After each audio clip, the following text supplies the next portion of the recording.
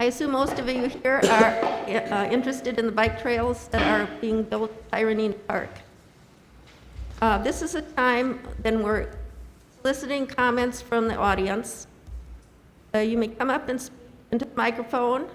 Please give your name and address and sign the sheet if you haven't already done so. We are asking individuals to limit their comments to 3 minutes so that we can get done at a timely hour. One group is going to have a spokesperson speak to several people in the group, and will announce the person she or he are representing. I see a hand waving there, but I don't know what you're waving about. That's me. No, everyone's just going to talk. People who showed up, if they want to talk, they can talk. You're not going to speak? No, I'm going to speak, but there's not going to be one person speaking. Like anybody who's here. There is another group, Tony. Oh, sorry. No, I don't mean to limit anyone from speaking. Okay, so I don't know how we get started here. Okay, I can't see who's there. Can someone check? There's actually 2 pages.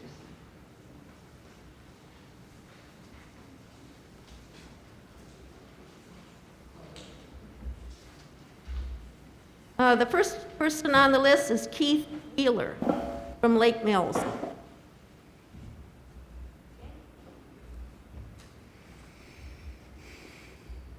Good afternoon, committee members.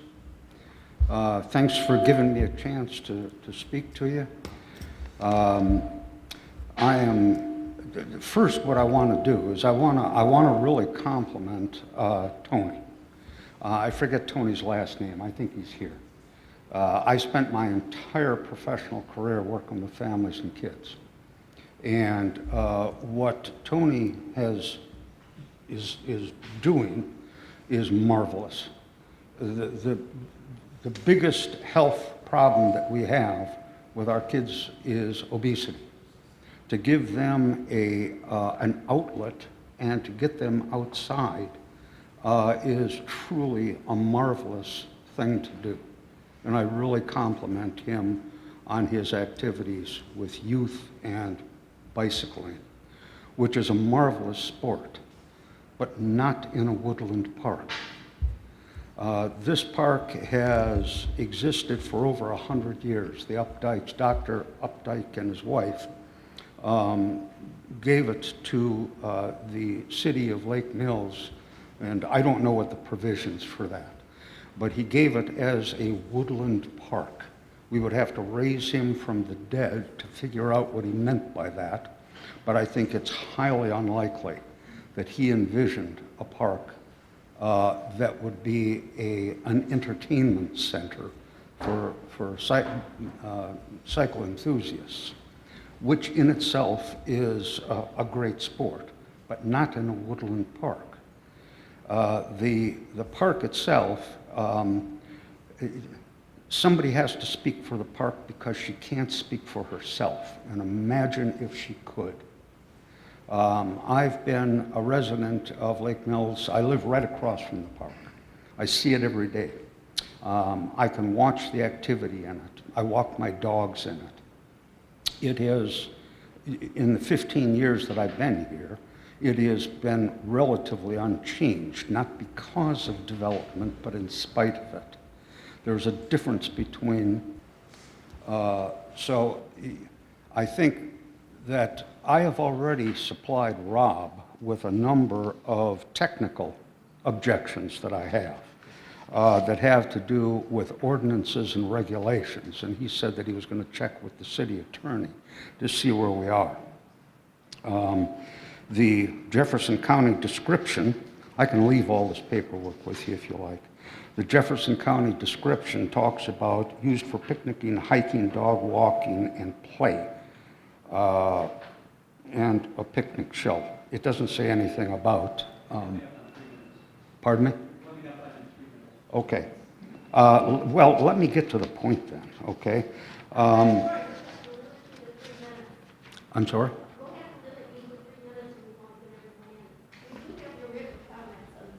Okay, yeah. Lake Mills itself is pretty silent on the matter. They talk about no picking of herbs, shrubs, trees, and whatnot. Oh, that was quick. Okay, can I make one? We have to let everyone have 3 minutes. Okay. So we have your written comment on file. Oh, okay. We have the letter to the editor. We have several things from you to So look at. should I shut it down Yes. at this point? Okay. Thank you. Thank you.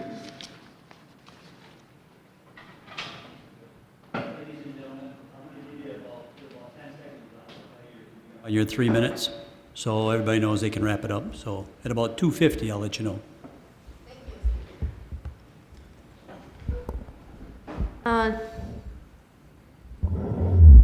The anonymous, look at the Curtis Gold. They are from Lake Mills.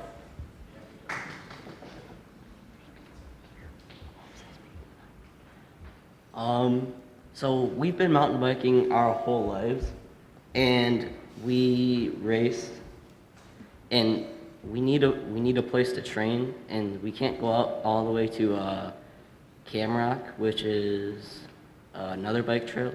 So Tyranena is a good place to train in town, where everyone can use it from biking to walking and fishing.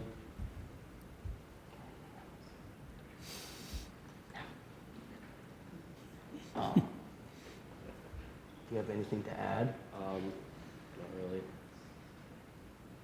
All right. This was smooth. Yes. Thank you. Okay, thank you.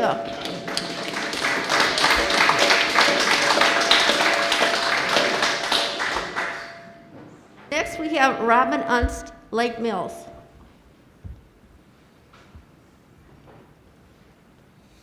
Hi, I'm with the Lake Mills Ashland Historical Society, and I'm just going to do a really quick summary of kind of the history of the park. The Updikes donated the park to the city in January of 1918. At that time, it was their home and sanctuary. The house in the park became social center for the community during the 1920s, 30s, and beyond. Later, it became a tourism spot for camping, canoeing, swimming, etc., especially going through the 60s and 70s. In 1970s, the camping was phased out due to environmental concerns. The house fell into disrepair, and the city had to decide whether or not it was worth saving and with estimated costs. There was a legal battle that sort of began.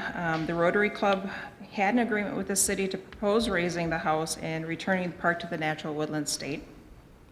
The Congregational Church of Madison was named the trustee in the Updike's will and became involved when they felt like the city was not maintaining it properly as a park.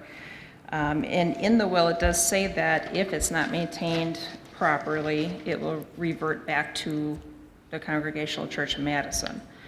So there was some debate as far as whether or not it was being maintained properly. Ultimately, the house was removed in after various legal actions, and the agreement with the Congregational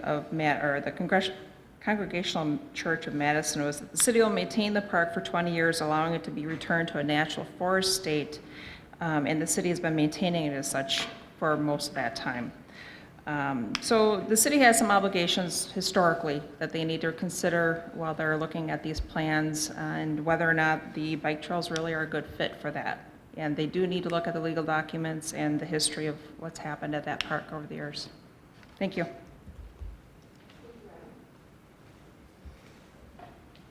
Lee Peterson. Hi, Lee Peterson with the Town of Lake Mills. I'm just here to offer my support for the Tyranny bike paths and what Tony and his group of volunteers have done. My son, 10 years old, really enjoys the park and would like to continue riding his bike there. Thank you. Bye.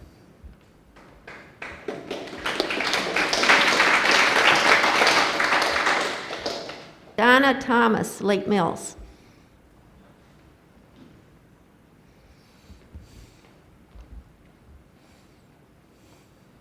Hi, my name is Donna Thomas. I live at W7898 County Trunk Highway B.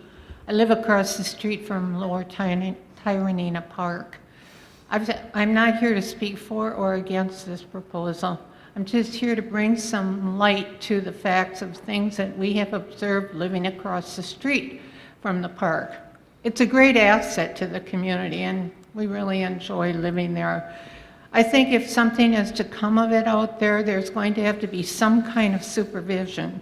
We noticed after school ended, there were a lot more young people in the park riding their bikes in there. And even though they may be supervised when they're with their team, there were a lot of unsupervised people riding in that park during the day. Also at night now, there are people riding in the park on bicycles. Some have lights on their helmets and some do not have lights on their helmet. Also, there seems to need to be some rules or some signage along with this supervision because the Sunday evening, there were 2 small ATVs being ridden in that park. And I don't think those trails are wide enough, but they were making them wide enough to ride there. And so there's going to need to be more police presence out there in the evenings to see what's going on in the park in the night, and some kind of supervision during when students are riding around. Now, no matter how good young people are, and I've worked with young people my whole career, there's still a need for some type of organization and supervision that's going to happen. We used to have a skate park in this town, and I think some of you probably remember it. And it disappeared, and I think there were issues similar to what there's going to be issues here with that in regards to supervision hours and things like that. We had playground equipment in the Tyranena Park out there. In the upper Tyranena Park, we had swings out there.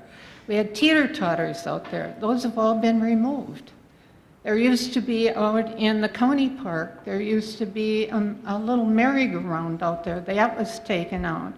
And I don't know why these were taken away, but I think some of it had to do with supervision. And I don't know how much time the police or you have parks people that can be out there to kind of supervise what's occurring. So that's all I have to say. Thank you.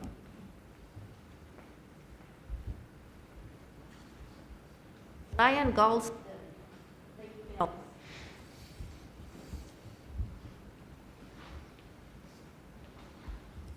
Hello, my name is Ryan Galstead. I live in Lake Mills. I'm here to talk about the trails. Really, they've been great. The last year and a half since we've been working on them. There's been garbage pulled out of them, a lot of garbage pulled out of them, a lot of just maintenance to the forest, good stewardship. Gives the kids something to do, gives adults something to do, something active. It's kind of agree with the supervision, or at least the signage. We do need some signage out there, but if you look at how much stuff has been done by volunteer work, it's just fantastic. And it's all good, positive things. I'd like to see more of it. Thanks.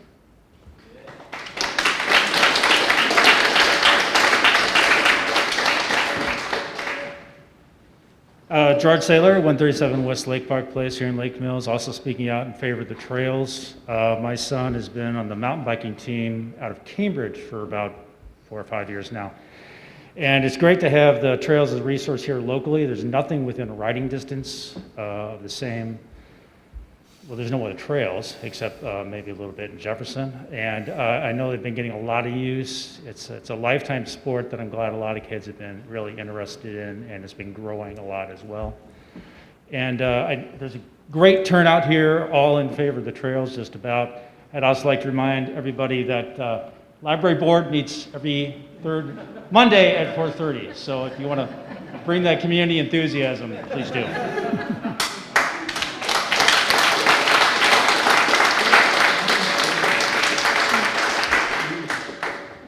Noah Kopp.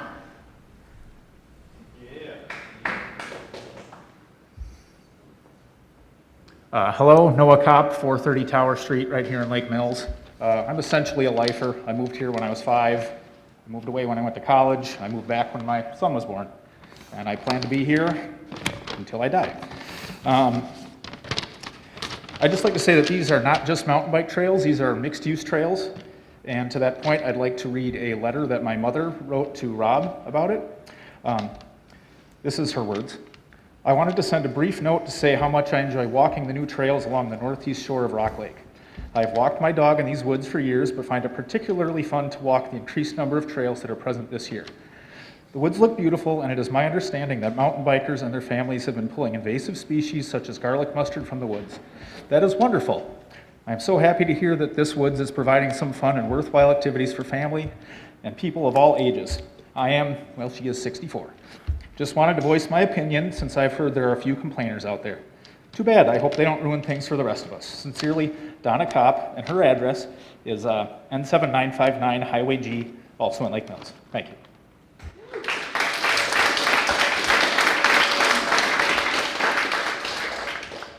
Morgan Geib. Hi, I'm Morgan Geib, N648 Shorewood Hills Road, 6481 Shorewood Hills Road. I'm in support of the bike trails. So I've been working with Tony. It's been awesome, and I'm going to give you a little bit of background on what we've been doing. But first I want to start with a quote. Far and away, the best prize life has to offer is the chance to work hard at work worth doing. Building bike trails is work worth doing. My name is also the Trail Boss. Tony gave that to me. And I like to work hard, and I like to work hard on work worth doing. Trail diggers are hard to find, like really, really, really hard to find. They're like Sasquatch or aliens or Loch Ness Monster.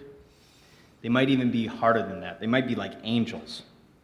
You know what? Tony is an angel. Trail diggers come into a place that's been left for dead and breathe life back into it. They give it a new opportunity to thrive and grow. Tyranena Park was dead. Dead, dead, dead. I grew up here. I've been here for 33 years. Just had my birthday less than a week ago. Then Tony came into town. I call Tony the Godfather because he's the dig Godfather. Tony is the angel we've been looking for. He showed up and should be thanked and patted on the back and bought beers if he ever drank one with me, ever. He never does. Wherever he goes, we should say thank you for all the hard work that he's done, the donations on top of donations on top of donations, free labor, tools, spent his own time, hundreds of hours, also that you, me, my kids, your parents, everyone can go out into this park in the community and enjoy what Lake Mills has to offer. The lake, a bike trail, hiking trail, walking trail, mixed use, ride your scooter, ride your one wheel, bird watch, mushroom hunt. No one ever went into the South Kettle. No one went in there. You had to bushwhack in there to get in there. No one went in there. Whatever it is you like to do at the park, it's been improved greatly through the efforts of the Godfather. We need to consider, and I'd like to implore the leadership at the Parks Board to consider the fact that these are stewards of the park, donating time, effort, energy right now to make the park better for all. Don't lose sight of the fact that if you make this more difficult and delay it and cause more delays, will these stewards still be around to continue to service the park? Recent economic study, Outdoor Industry Association, $1.4 billion to our state coffers, provides 13,000 jobs just in the state of Wisconsin. That's the bike industry alone. Your 3 minutes are almost up. Okay. In conclusion, multi-use trails have benefits for the whole community, connecting people, bringing them together, putting them in touch with natural wonders surrounding the town. Trails providing people of all ages with a safe, accessible, easy maintained, attractive place to hike, cycle, walk, and run. They're also free.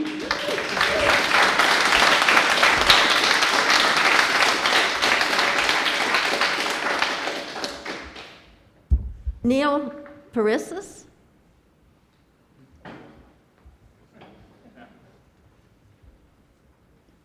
Hi, my name is Neil Purish. I live at 431 North Main Street. I'm here to speak on behalf of the trails as well. I've been a coach with the Camrock mountain bike team since it was formed, I don't know, like 6 or so years ago.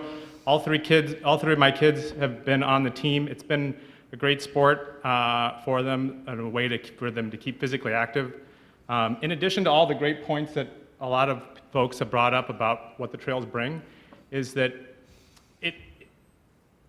right now, to get to Camrock, you have to have a parent who's going to drive you down there, right? And so there's a lot of fortunate kids here who have that, but there's a lot of kids in town who don't have that and now have access to those trails and can be introduced to the sport.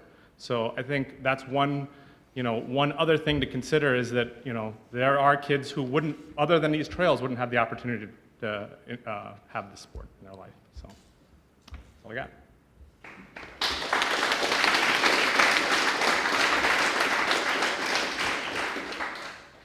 Hans Parishus.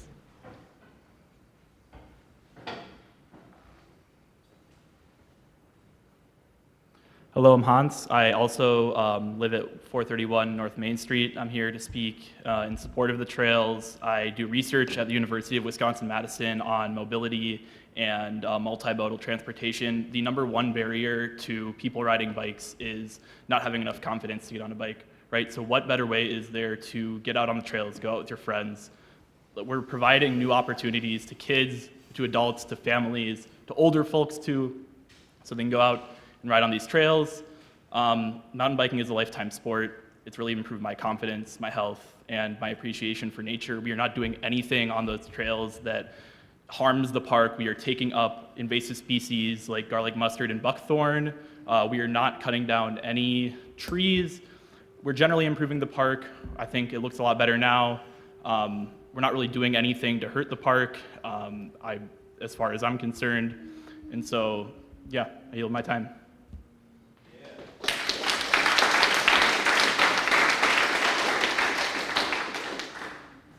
Dean Gowan. My name is Gene Gowan. I do not live here in Lake Mills. I live in Cambridge at 405 East North Street. I appreciate you giving me equal time as a non-resident. I just wanted to explain a little bit about my experiences and with mountain bike trails and the benefits I've seen in my community that I can also see spilling over into your community. When I moved to Cambridge 19 years ago, the Camrock Park system was terribly underutilized and just really not in very good shape. Part of the huge resurgence of that park and evolution of that park has been the mountain bike trails. Along with in part due to money raised by trail fees, they've improved that park to connect all three segments of the park with bridges. So I've seen this evolution over 20 years where the park has gone from nobody there and the only people who were there were walking their dogs without a leash because they could, because nobody else was using it to complain.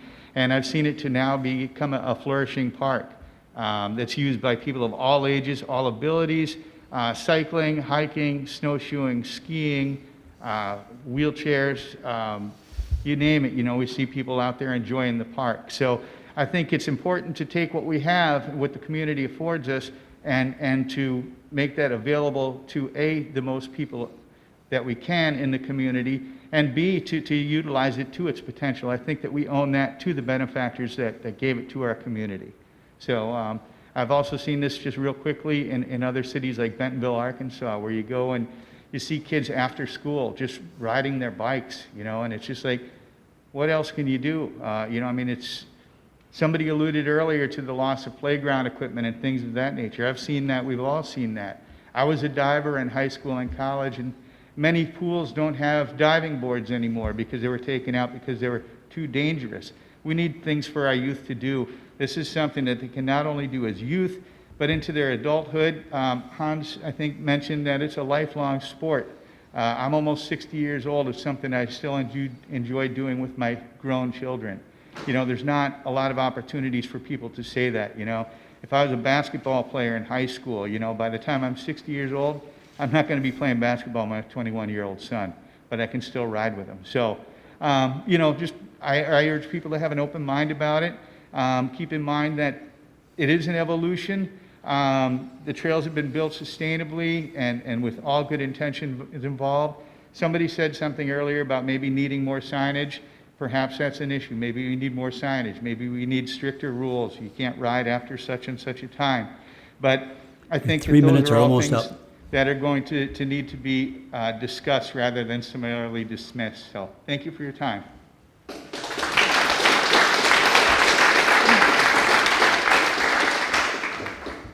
Pete Stonentak.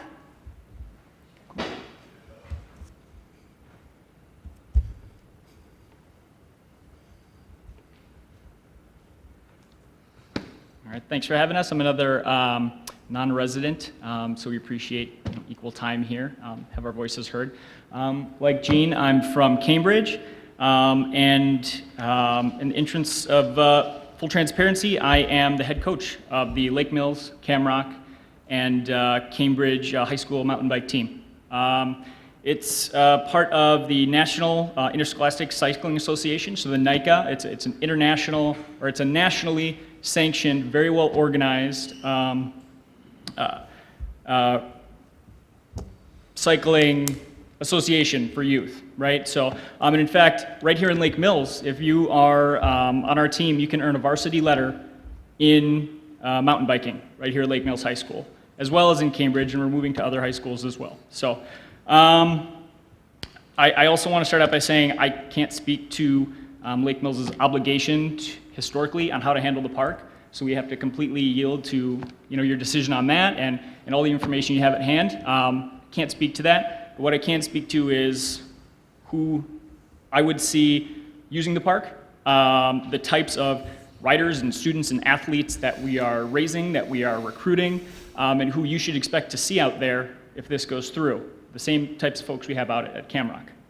So mountain biking is a hugely growing sport. Just at the high school and middle school level, we're growing about 40% year over year. Okay, we're picking up kids from all kinds of ball sports and traditional sports. This is growing, whether we like it or not, whether there are opportunities in Lake Mills or not, it's growing. There's going to be more bikes on the roads, more bikes on trails. It's here.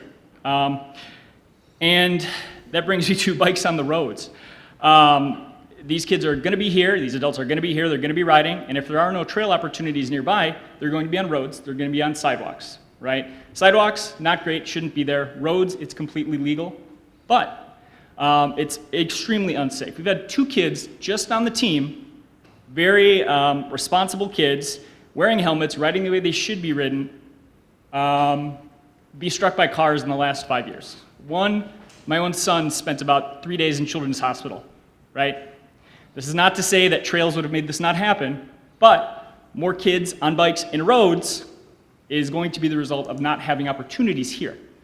Your football players have a football field, we've got tennis courts, we've got pools for all these other sports. These kids don't have that without a car to transport them somewhere far away. Or even if they are an older kid and they can ride to Cambridge, that's not a safe ride either. So, I'd ask you to consider giving the community and these 3 kids minutes are almost up. an opportunity to practice their sport in a safe and controlled manner. Thank you.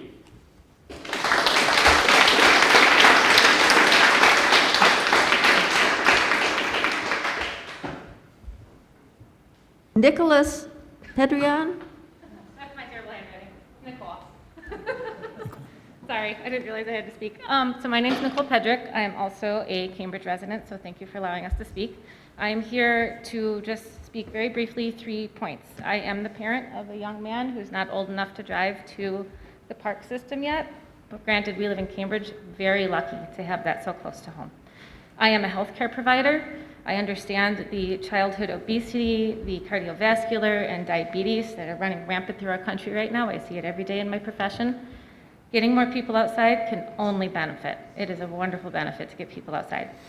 And lastly, I am the daughter of a Dane County Park Ranger, Bruce Patrick. He worked for the Dane County Parks for 32 years. He is an avid mountain biker. He is also extremely knowledgeable about the ecosystem and the impacts of bikes on the ecosystem. My father evolved, when I was a little girl, he would do road rides, he did the RAGBRAI, and the roads became more dangerous, and Dad said, I'm done riding my bike on the road, I'm gonna become a mountain biker, and he's been doing that successfully. He's 73 for like 12 years, I think.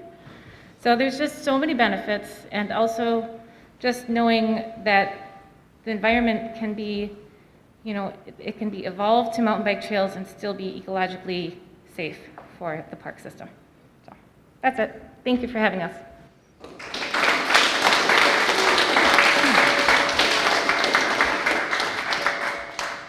Sherry Nelson.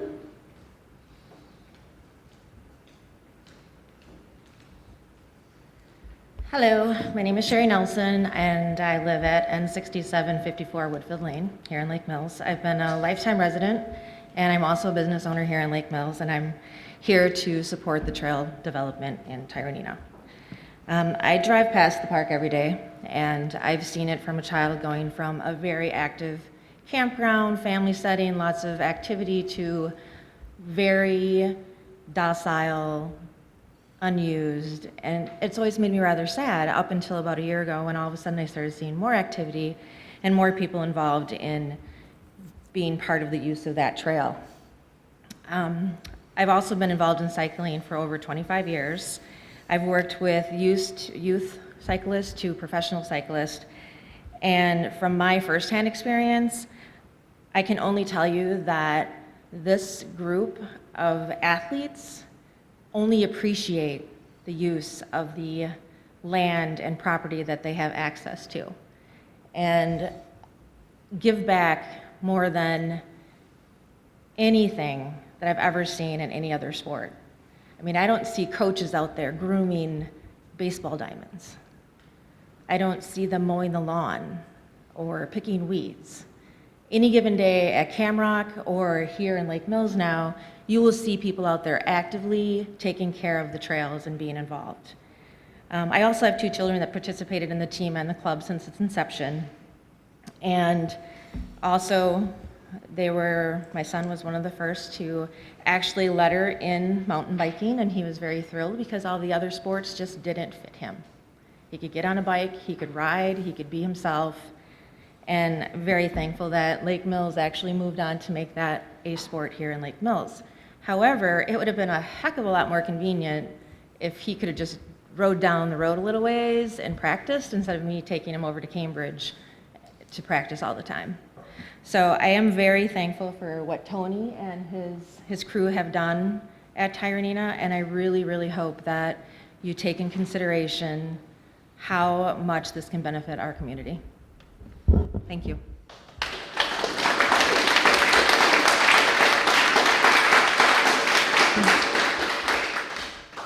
Beth Forward. Hi, my name is Beth Forward. I live in Lake Mills, and as you can probably tell, I'm not a mountain biker, but I am in support of the trails. I ran into Tony one day. I was driving by the park, and I saw a bike down in the weeds, and I thought, oh, somebody fell. So I park my car, I get out, and it's Tony out there grooming the trails for the mountain bikes. And I thought, this is amazing. Besides the fact that now I can walk my dog, and there's more than just one trail right around the lake. There's all different ways you can go in there, and there's different things to see. You can see plants, you can see animals. I can't believe how many birds are out there now. I don't know if that has anything to do with it, but anyways, the fact that kids of all ages can use this park, it's amazing to see different people out there all the time. I mean, people have mentioned that kids are obese, they don't do anything but sit in front of a TV. You cannot play video games while you're riding a bike through the park. You cannot be on your phone while you're riding a bike through the park. So if we want to see our kids do more outside, we need to give them opportunities to do this. I'm also a healthcare professional, and I see that people need to be able to go outside and work on their skills, work on their riding. Another time when I ran into Tony and his wife, I was out walking my dog, and my dogs love the new trails, by the way, and we were just walking along, and Tony and his wife were out there picking weeds. Like, who does that? Like, who goes into a park that's owned by the city and maintains the trails and picks weeds and cleans up everything? You can now find all the steps that were put in over the years down to the lake. It just offers more people the opportunity to use it. I've never seen anybody be disrespectful. I've never seen people run off the trails for, the bikes are out there. It's open to everybody now, and I think that Tony and his crew are willing to maintain it. If we don't let him do that, then it will fall into disrepair, and it will erode. There's a huge erosion problem out there, and with his help and the way that he has maintained these trails, it has gotten much better, in my opinion. Thank you very much.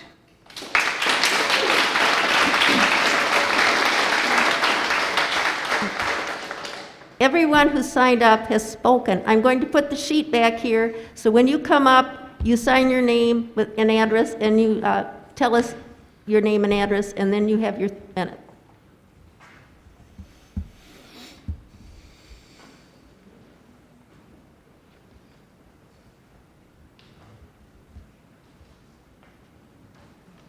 Hi, my name is Lonnie Kopp. I live at 430 Tower Street here in Lake Mills. I am not an avid biker. I do own a bike. I grew up on horseback, so to what Hans said, I think the reason I don't bike is I don't feel comfortable with it. After what Tony has done with the trails down there, I want to get off the couch and get on my bike. It excites me. I want my kids going to those trails after school. I don't want them coming home and sitting in front of video games. I want the children of this community and the adults to be active, and I have seen that. I work in education. I see children too involved in video games, not active enough. So I feel like every child in this community is mine, and I want this opportunity for every child in Lake Mills. Thank you.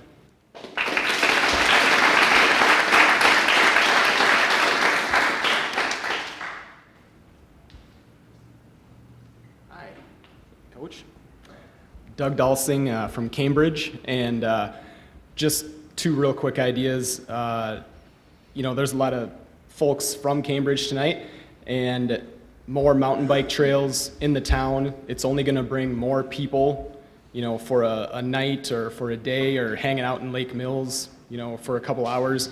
They grab a bite to eat, they get some drinks, they hang out, they spend money in town, and that's what we see in Cambridge, from time to time when folks come to visit the Camrock Park. There's a lot of people from Lake Mills who regularly make that trip there. They spend a little bit of money in town each time they go, and so if you support the trails, over time, you'll just see that build and build and build into a more sound base of tourism for the town. So, thank you.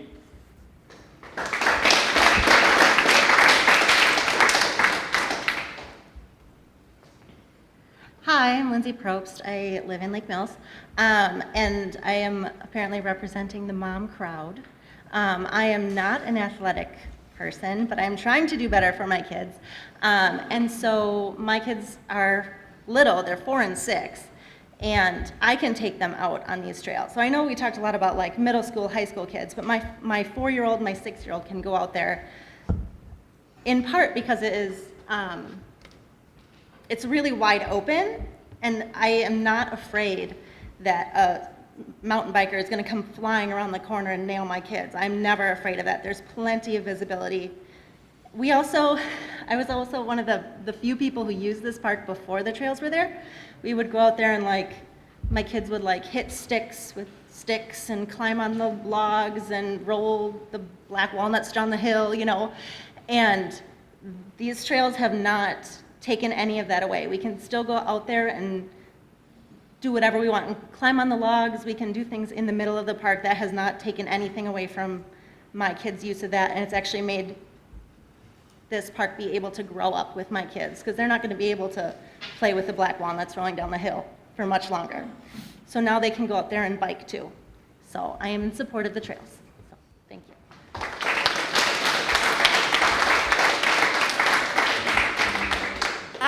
Excuse me? The last person, did you sign the sheet? It's okay if you when you get up there, just want to sign your name and your address really fast when you do it. Okay. It's perfectly fine.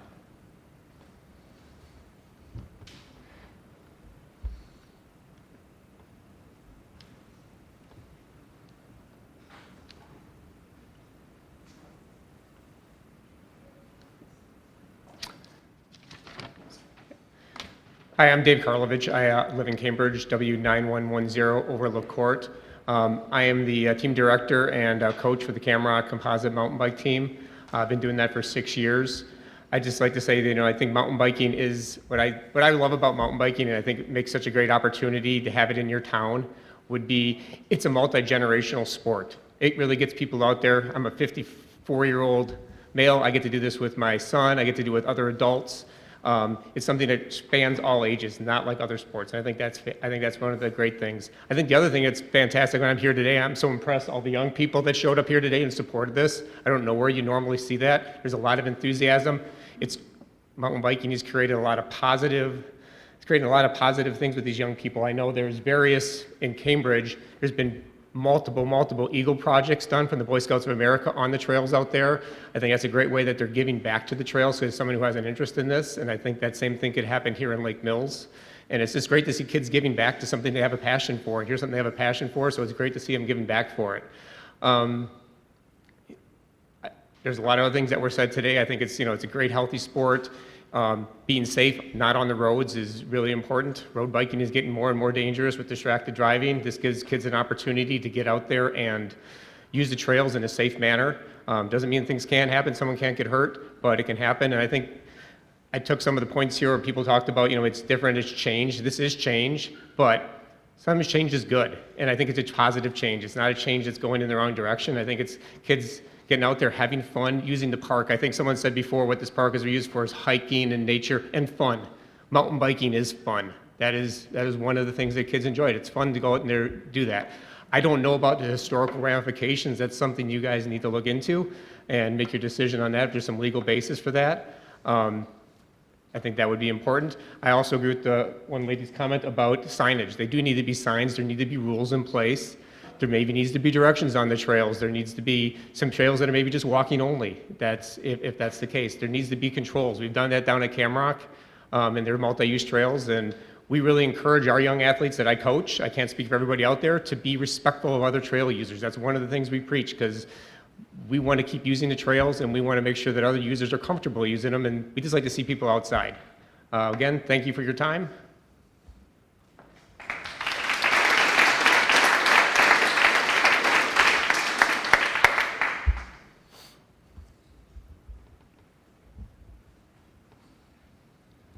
Hi, my name is Kurt Nelson. I am from McFarland, so thank you for letting me come in and talk to you about this wonderful gem that you have here. And many of us in McFarland, my friends and others, are jealous of what you have.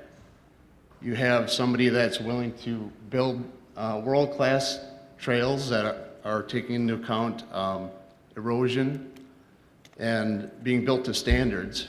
These are not just kids going out and building trails and maintaining them. So don't waste that. You have something that's very valuable. I agree with everything that everybody has said. Very valuable to the community and health physically and mentally. So I just want to ask that I drive 35 miles and my friends do as well, to come to these trails. They're a beautiful gem in a really nice area. And as long as they're maintained, I think that you will have more use, and that will help keep people in line. If we're worried about kids going out there at night, I think they would do that even more if you didn't have the trails there and people using them. So I'm in support of the trails. Thank you.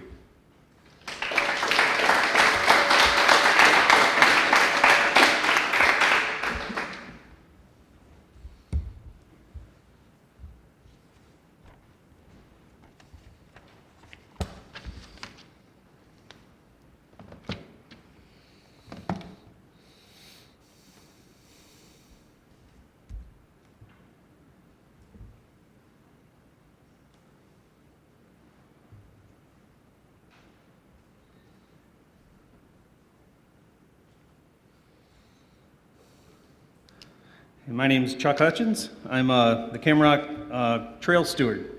So I've been working on mountain bike trails for a little over 20 years now. I've been working with the Camrock Trails for over 20 years now.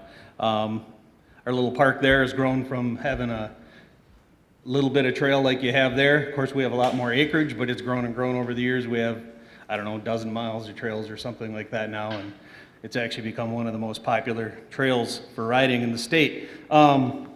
I want to say I've got the privilege of coaching as well. A number of these kids that are here today, I'm pretty excited to see a lot of them come out and support the trails.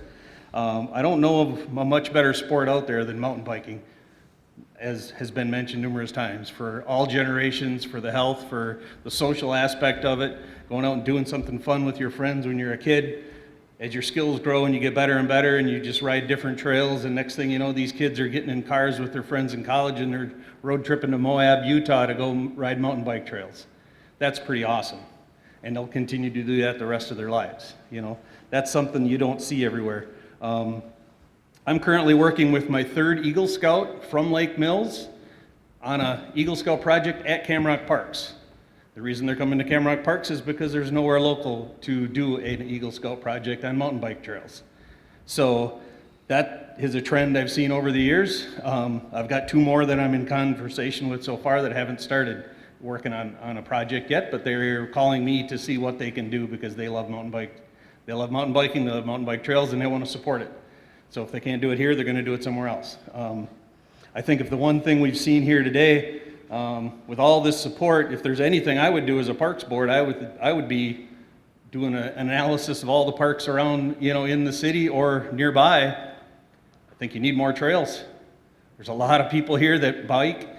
You've probably got one of the most dense populations of, you know, employees in this city that actually make their living in biking, as well as people moving here. We have families moving to Cambridge on a regular basis because there's trails there. I've got to know some of those people. I've had people tell me that. So it's great. I love to see that. You know, I don't even make any of my living in mountain biking, but I just volunteer and like to see what's out there. And as far as speaking to, I've heard a few other points, but you know, even vandalism or just, you know, people being in the park doing things you don't want to see. At Camrock Parks, we have a great relationship with Camrock Parks. I'm part of the Capital Off-Road Pathfinders and that mountain bike club, so we maintain the trails.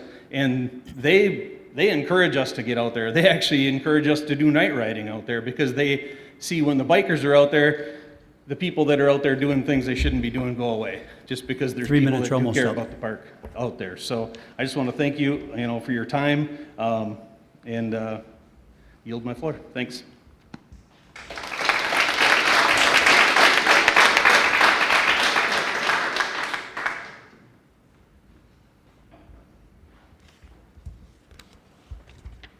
My name is Alec Arkin. I live on Mud Lake Road, North 5727. I also work at Gibbs Bike Shop, and I grew up in Lake Mills, and I gotta say, as a kid growing up in Lake Mills, there really isn't a lot to do if you don't like school sports.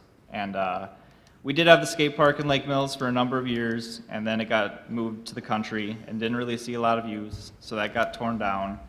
And now all we really have left is the mountain bike trails. And I also have to say, working at Gibbs Bike Shop, I see a lot of kids that have gotten into biking through the trail system. And bicycle riding is a really good opportunity for kids to get outside, get dirty, you know, breathe the fresh air, get off the couch. And most of my points have already been made, but I thought that was a good one that needed to be made. So that's all I really have to say, and I'll leave it at that. Thank you, guys.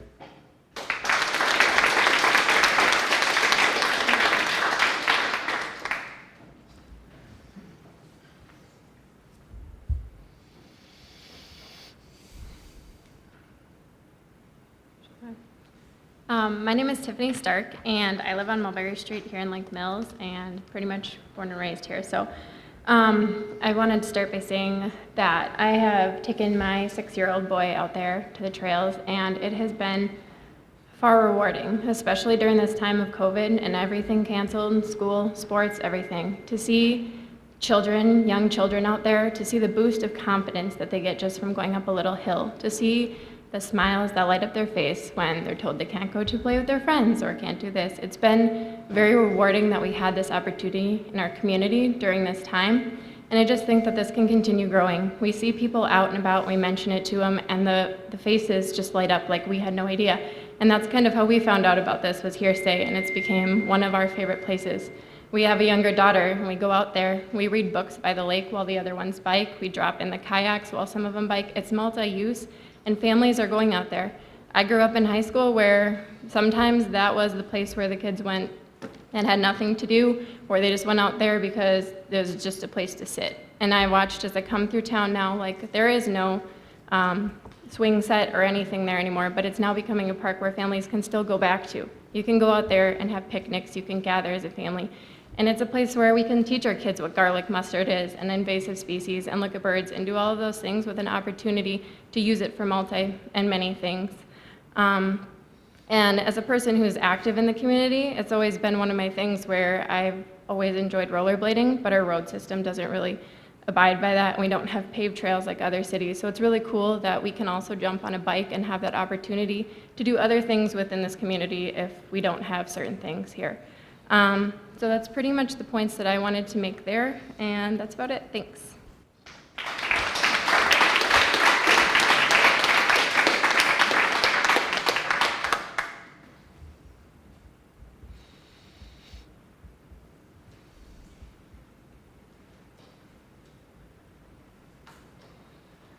Hi, I'm Quentin Saylor. I live at 137 West Lake Park Place in Lake Mills, and I'm a member of the Camrock or Lake Mills High School mountain bike team, and I'm here to speak on behalf of the trails. Dave, when he came up here, he mentioned Eagle Scout projects. I am an upcoming Eagle Scout in Troop 148 in Lake Mills, and my initial plan for an Eagle project was to improve Tyranena. Unfortunately, after you guys put a temporary freeze on it due to some concerns, I had to locate another project just because of time constraints. But while I was out there trying to plan my project, talking with Tony about what to do, I never got any impression other than that he cared only about making these trails as enjoyable as possible for everyone that wanted to use them. He builds all of his trails, he said to me, to be rideable both directions, usable in both directions, and multi-use. Every single feature he talked with me about building on those trails would have been usable by trail users of all skill levels. Some features we discussed would have been usable both to bikers and non-bikers and improved trail access for everyone by bridging low areas previously unusable due to the fact that they're drainage areas, and when any trail built there would just erode away if there was not a feature built to control that. The only features he discussed that would place some kind of skill limit were far in the future on trails that had not even been built out there. And even after the freeze on construction, I've seen Tony out there on multiple occasions just pulling garlic mustard and keeping these trails as well maintained as possible. I would also say that the community, I have never seen anyone out there behaving in any way I would consider unpolite or rude in any way. Every time I went out there to ride over the past few months, pretty much every time, I've seen multiple other people riding on bikes. There have only been a few times that I've had the trails to myself. Everyone has been polite, and I've seen people of all ages and all skill levels getting out there and enjoying it. The community is just great. There was at least one guy I know, he went out there and he found a tree down, and while most people might just ignore that or call it into the parks board, he instead took it upon himself to go out on social media and call on people to help come out and move it off the trail. And within a couple hours, he had gotten multiple people to come out and help clear that and get that trail usable for the community again. So you just got a great community here that would really love to continue developing these trails and making them more enjoyable for everyone. And I really hope that's what we can continue to do in the future. Thank you.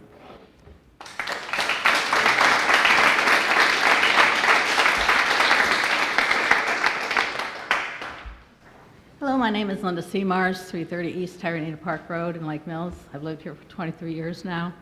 When my grandson was small, we used to go out there and walk that, basically the one trail along the lake, and he loved that.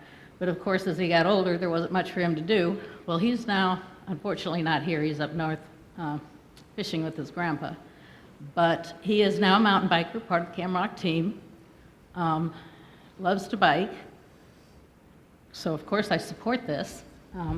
I can bike with him. I did want to make a point that many of you probably aren't aware of. As the gentleman said, this park was donated in 1918 as a woodland area. Well, mountain biking in its nature is a woodland sport. However, mountain biking was born in the 70s in California. So, like the gentleman did state, unless we were to bring him from the grave and say, hey, you know, this is something new, is this something you intended? We don't have that information. But I truly believe that it was meant for the enjoyment of the woods.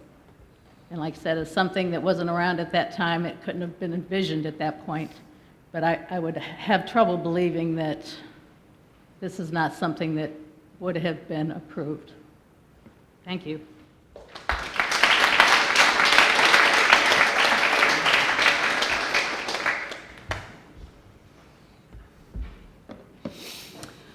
Good evening. My name is Amy Sousen, and I am a resident of McFarland. So thank you for listening.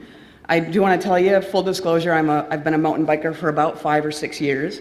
But my professional background, I really want to take the time right now to not only speak in favor of the trails, but also in favor of the park. So my professional background, I've spent 20 years, I've got a bachelor's degree in horticulture and soil science. I spent 20 years working as a landscape designer. And I also, the company I worked with got very heavily involved in erosion control, especially if you'll remember in the last 8 to 10 years, we had about 5 100-year rainstorms. So I got deeply immersed in a group called NASCECO, which is, it's a state-run organization that looks at erosion control. The very first time that a friend asked me to go mountain biking with him, I'm not gonna lie to you, on the way out I said, is this really good? Is this good for the park? Are we doing the right thing? And I rode Camrock. And I'm not gonna lie to you, there was a couple of spots where there was a little bit of erosion and I was concerned. And what has happened is I have watched Camrock develop. I've watched all of the learning curve. I've seen everybody learn how to work and how to maintain these trails.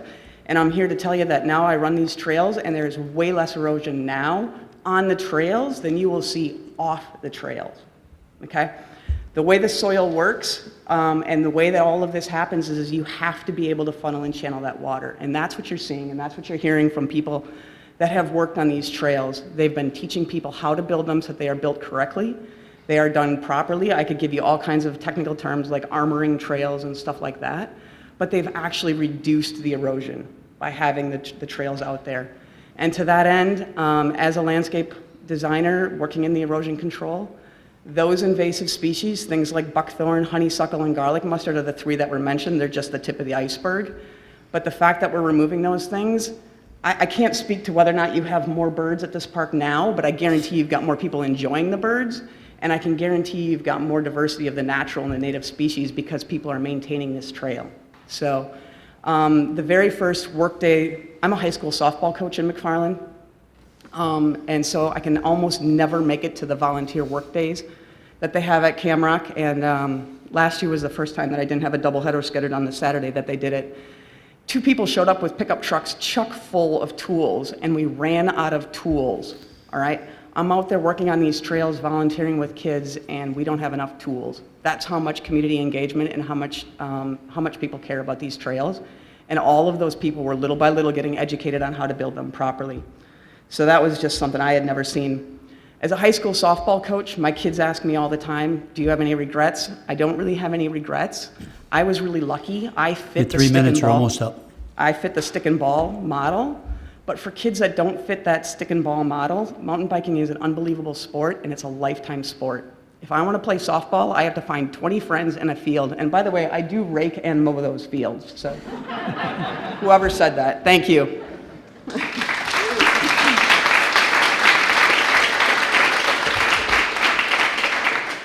Now, I want to note that the person who's going to speak next has consulted with me previously. She represents a group of about 10 people, and so she will be allowed to speak 10 minutes. But she will name the people in the room who agree with her. Some of the people were afraid to come tonight to be in a public meeting during this pandemic. So not all 10 people are here. But I just want you to know that in advance. Thank you, Vicki. I appreciate that, and I will keep my remarks to less than 10 minutes because you've already been listening for over an hour, and I thank the committee for your time. My name is Lisa Curler. I live at 369 West Prospect Street, and I've been a Lake Mills resident for about 13 years now. I represent the viewpoints of, it's actually 9 folks who have some concerns about the bike trails, but also some ideas for how we can all work together. Patricia Cicero is one in the room, and I think the others did not feel comfortable attending tonight. So did you want me to name them? I forgot. Okay, great. So as a group, like I said, I'm trying to compile the concerns and the remarks of these 9 folks who have all been Tyranena Park users and volunteers for many years. As a group, we're very glad to see more use in our parks this spring, and especially at Tyranena Park. But we also think that the Parks Board should take a step back to make sure that the Tyranena Park development is done in a way that will ensure safe experience for walkers, hikers, bikers, bird and wildlife watchers, anglers, and picnickers, and respect the history and the natural setting of Tyranena Park. So we have some shared concerns in a few areas. The number one that's most important, and several people have mentioned, is safety. And we're concerned about the safety of all park users. There have been a few members of our group that experienced bikers not yielding to pedestrians and some near misses of almost getting run over. And so I would agree with a number of folks who commented that these trails need to have good, clear signs in place about directions, what trails maybe are closed to bikes or used for anglers, and also stating rules, as other people mentioned, for safe use, trail condition restrictions, and indicating, what the trails are for. So safety is a big concern to us. Also the extent and the nature of the trails. A number of us are concerned about the extent of the amount of the trails in the park. We know that the Parks Board approved a preliminary map back in January 2019, and what's been constructed out there now is more than that. So it's not clear to us whether the board or the city staff or the council approved that, but there's only about 8 acres of wooded land available for any kind of park development in Tyranena Park. Several of us have talked to Kevin Weissman, who's the Jefferson County Park Supervisor. He's actually here this evening as well, and he's got a lot of experience in mountain bike trail design and development, and he said it would be okay if I would indicate that for a nature-based park, the current trail density is probably a little bit too much. He did say that they were well-built, and he's got an expertise that I don't have, so we don't have any quibbles about whether the trails are built properly or to standards. A third concern that we have is fragmentation of habitat. This is the only wooded park that we have on the shores of Rock Lake in Lake Mills, and it's a real gem, as people have said. The extent of the trails in the park has caused fragmentation to habitat, which does impact birds and wildlife negatively. Loss of habitat is actually one of the reasons that we've lost a lot of birds in North America over the last 50 years. So while there might be more people out there seeing birds, there still is impacts occurring to their habitat. We heard a little conversation about history in Tyranena Park.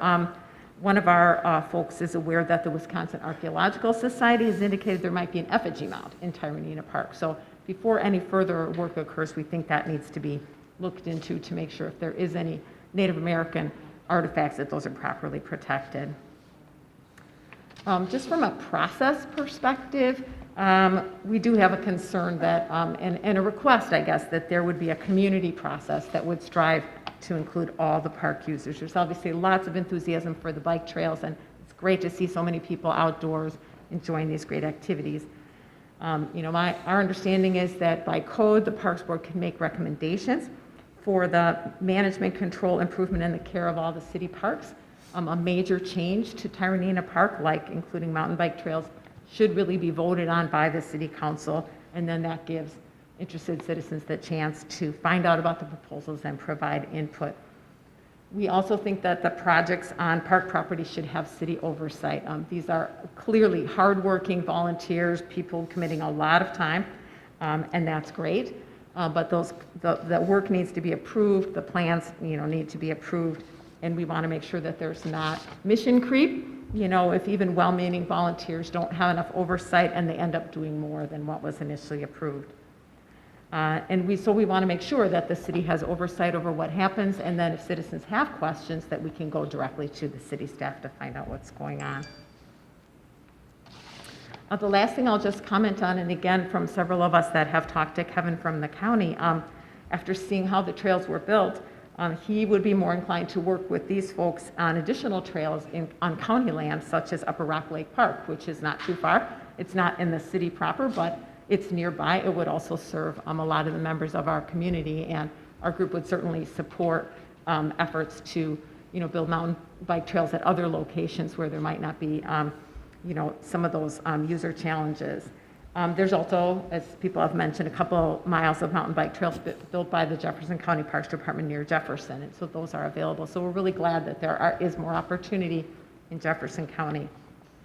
So I guess I guess I would just want to summarize our group's concerns by saying that Tyranena Park has been a nature-based park for over 100 years. Obviously, there's been a lot of hard work and volunteer effort spent building the mountain bike trails, and there are many people in the community who support that and will use them. We're not asking for eliminating the mountain bike trails in the park. We do think that there should not be any more mountain bike trails in the park, and perhaps the project should be scaled back to be appropriate for the size and the nature of this park.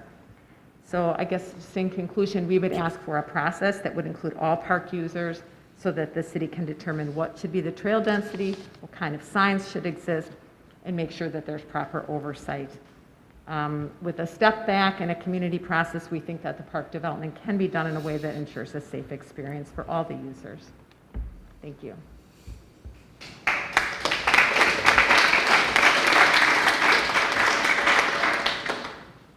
Would anyone else like to speak?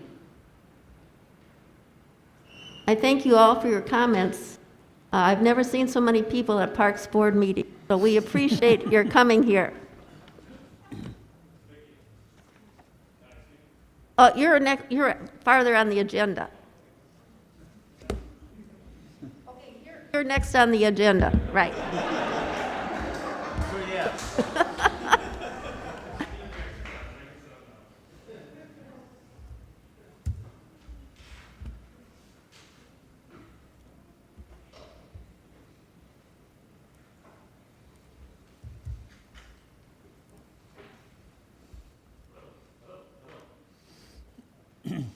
Hello.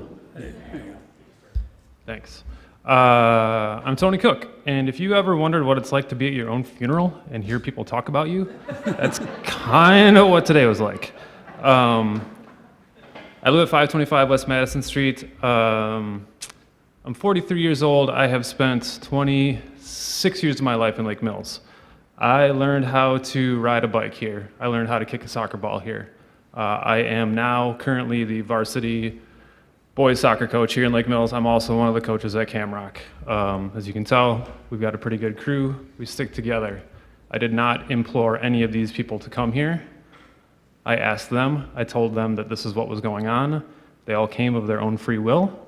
There are a lot of people here I didn't know until we started working on the trails. It's awesome. It's amazing. Most of what I was going to say has been covered. I really appreciate what Lisa had to say. I know that she has concerns. She represents a bunch of people. I would like to say that I have extended invitations to a lot of those people to walk the trails, and not too many people have taken me up on it.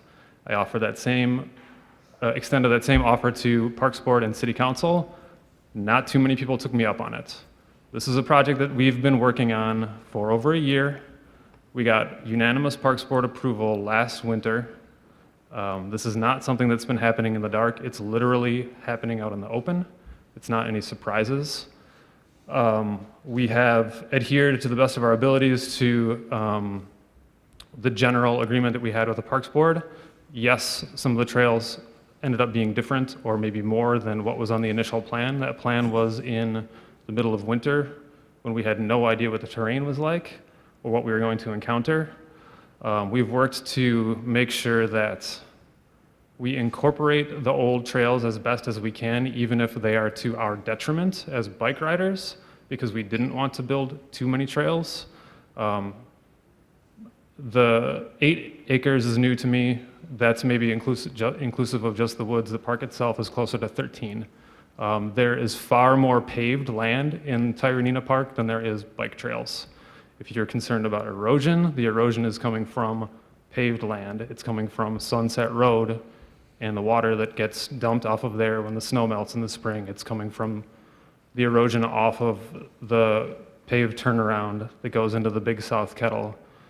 People I know are concerned about erosion into Rock Lake. None of that's coming from the bike trails.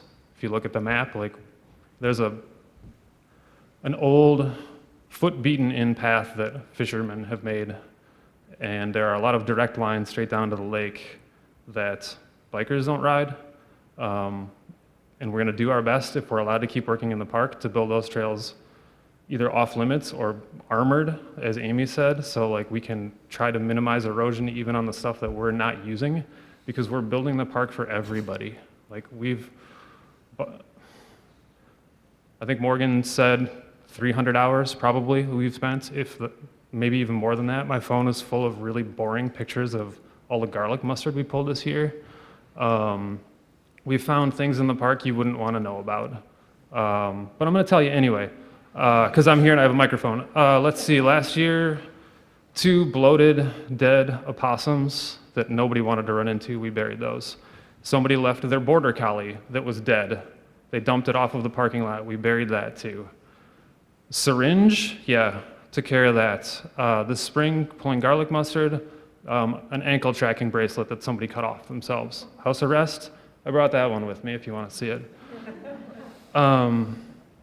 With more use comes more observation and more accountability. I know people have said that. I know there's some dispute about what a woodland park is. Mountain biking is one of 2 sports that I can think of that does not require a monocrop or pavement to actually happen. The other one is cross country. Like, it is remarkable that in this town you have people who want to help maintain a wooded place for people to exercise instead of saying, hey, we want to build a ball diamond. I'm a soccer coach. I'm psyched that we have a new turf field. That turf field is sitting on top of a whole bunch of concrete, and it's plastic on top of that. As an environmentalist, I hate that. I'm going to be out there on the field. It's going to be 15 degrees hotter than the air temperature. That doesn't happen in a wooded park. We're really lucky that we have it, and we don't want to wreck it. We're trying to make it better for everybody. Yes, we need signage. It's been on the to-do list forever. Rob and I have talked about it many times over.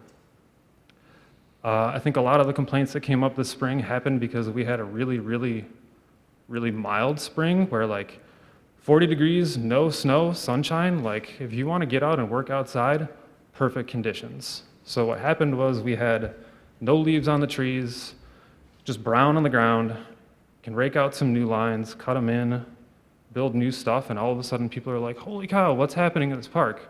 Well, what's happening at the park is what had been happening for a year previous. You just didn't notice. The use of the park is not overwhelming. Yes, there are more people using it, but I think the only person I can think of who's maybe been there more than me is Quentin Saylor, the high schooler who did an awesome job talking about his perspective on it. Like, it gets a fair amount of use, but it's used with respect. Of course, there are going to be people who don't do things the right way, but if I painted every walker with the brush that some people are painting every biker's, every walker lets their dog poop and ignores it. Every walker leaves garbage everywhere that we clean up every day. We've been cleaning up trash that's 30 plus years old. There's some guys that go out with their metal detectors. I joke with them like, hey, did you find some more bottle caps and pull tabs today? Guess what? They found bottle caps and pull tabs. Those haven't existed for years, but that's what the park is full of. We're pulling it out. We're trying to do our best. There's room for improvement. I think there's room for conversation. I think there's been some really great points brought up here. Thanks everybody for coming out. Let's ride on.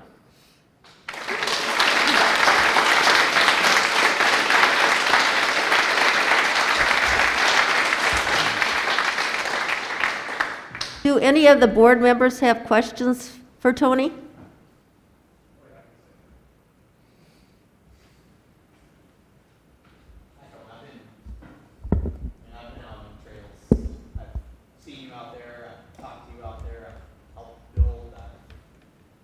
You know, in multiple capacities, you know, as a Parks board member, as a citizen of, you know, Lake Mills, as a father of a kid that rides mountain bikes, and I've had my son out there, you know, and we've talked about a lot of things, and I know I've seen you build the trails. I've talked to you about, you know, the different things that you were taken into account in a lot of different things. So, and being on a lot of different trails, I know from my point of view, from, what we originally approved and everything, I really appreciate all the time and effort that you've done out there. I mean, I could say, hey, I helped out there. Yeah, I was out there for like a couple hours.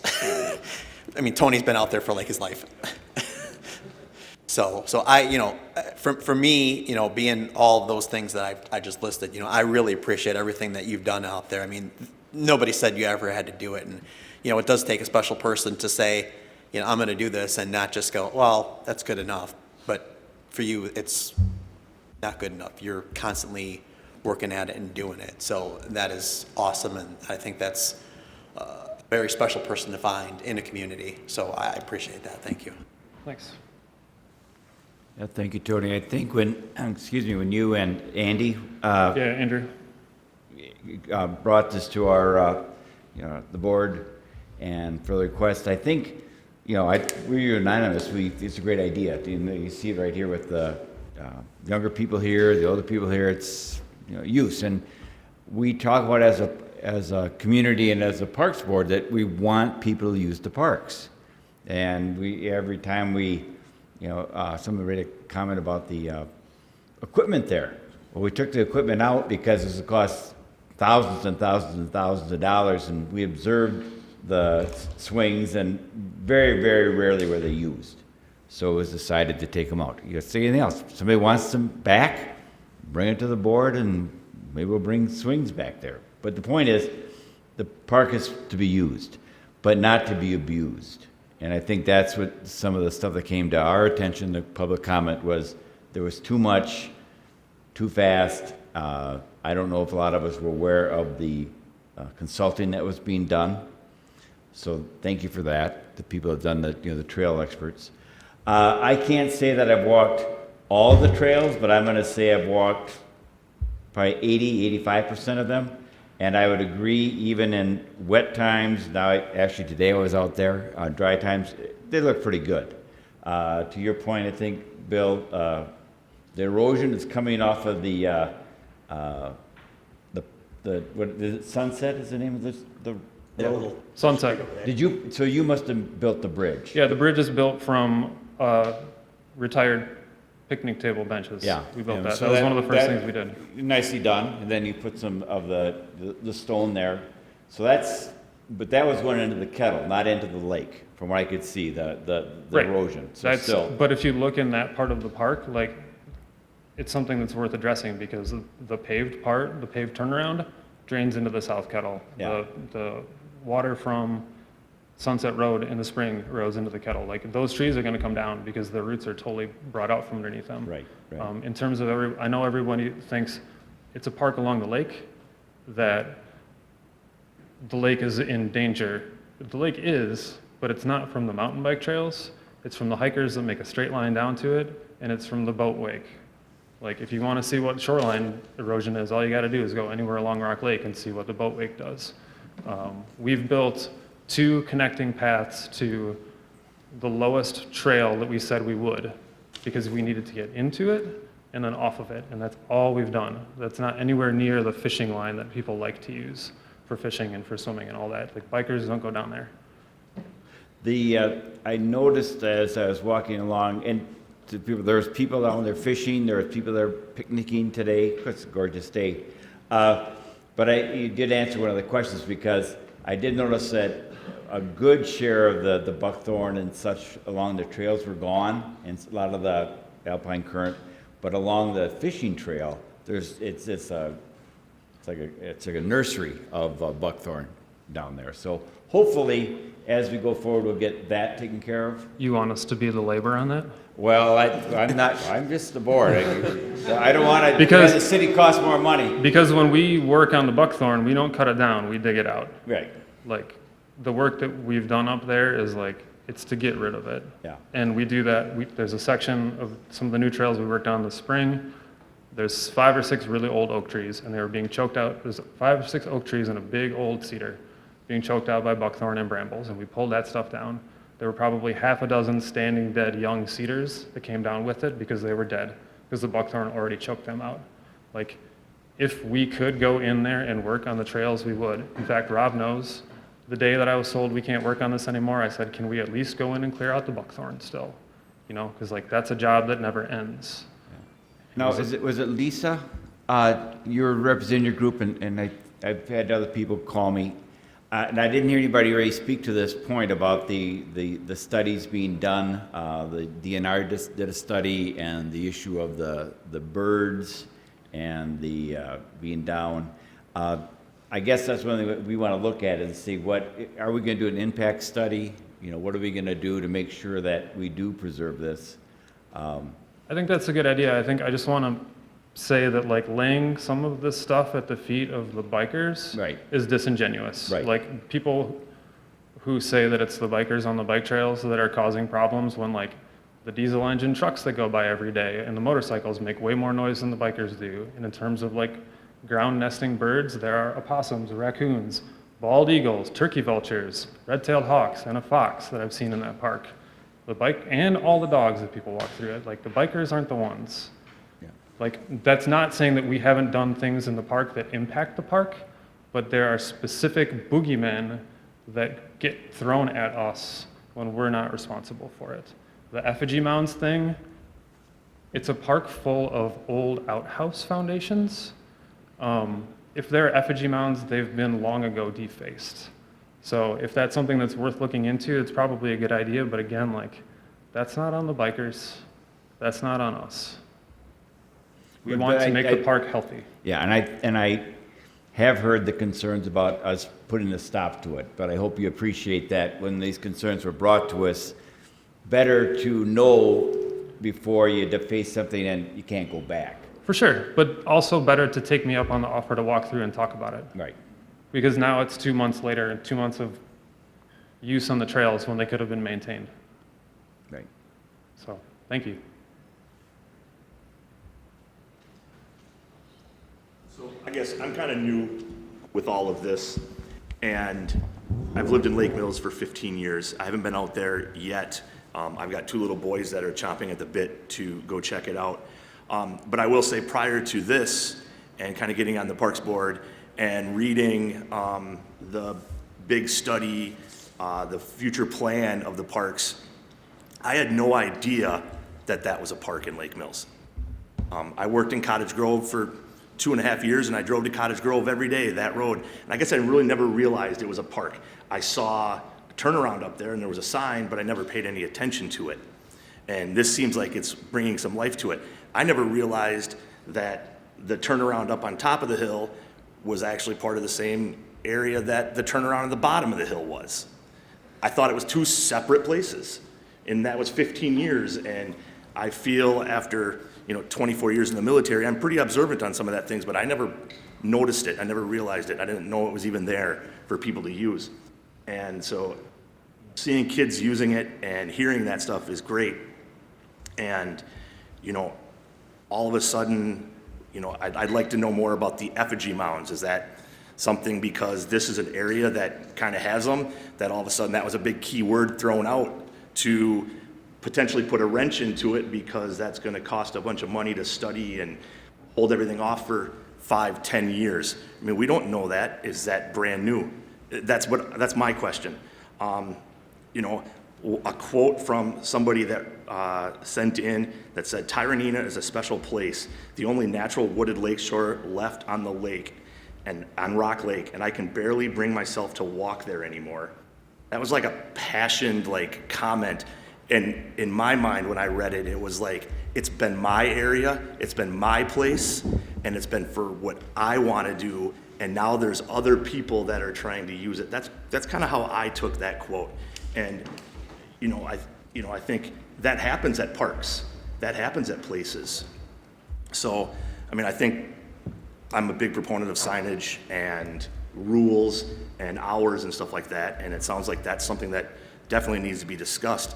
And I would be really interested in learning a little bit more about some of the things that are going on out there. Thanks. I have another question. And this is the expertise from you, Tony, or in the room. is that a lot of places, say I'm a conservationist, I like to be out in the conservation area north of town.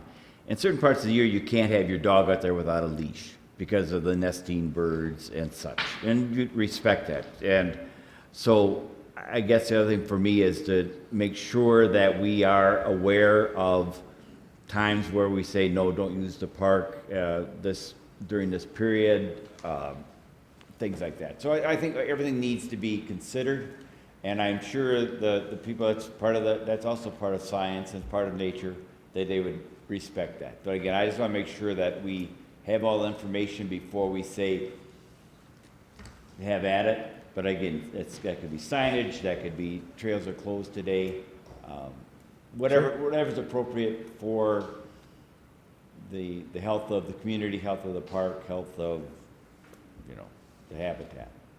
So thank you for that, sure. bringing that to our attention. No problem. Well, I saw Tony out there once, and unfortunately I have not been able to go out again. In looking back, it's always easier to say what you should have done, and I think maybe back in January we should have gotten more public input into this process. But during this comment period, and we received many emails as well. In fact, they were rolling in the last hour before this meeting. I haven't even had time to read them. So we have a lot of written comments as well as comments made here today to study. And we're not going to be making any decisions tonight. We have a lot to think about for our next meeting, and we'll be discussing rules and all the other things that were mentioned here.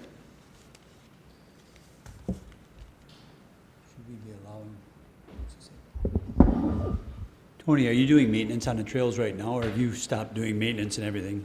Beyond the couple 100 pounds of garlic mustard we pulled out, no. Like, why? The trails are being used by everybody, but no, we've not been maintaining them. So. Is that based on us asking you to hold off on stuff? Yes. Yeah, I gave Tony the directive of only deal with safety issues.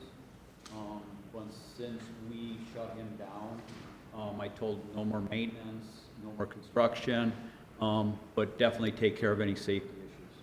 The only thing that I've done is take down some of the rogue build jumps that were built a couple weeks ago at the park. Which honestly, part of me was like, this is pretty cool that somebody wants to, sees this park and wants to do even more with it, with their bikes.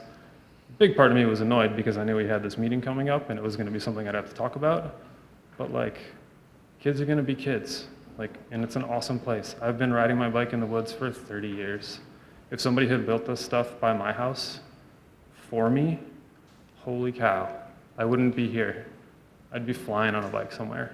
If I had the jump start that trails like Camrock give kids, not just kids, but adults too, man, it's awesome.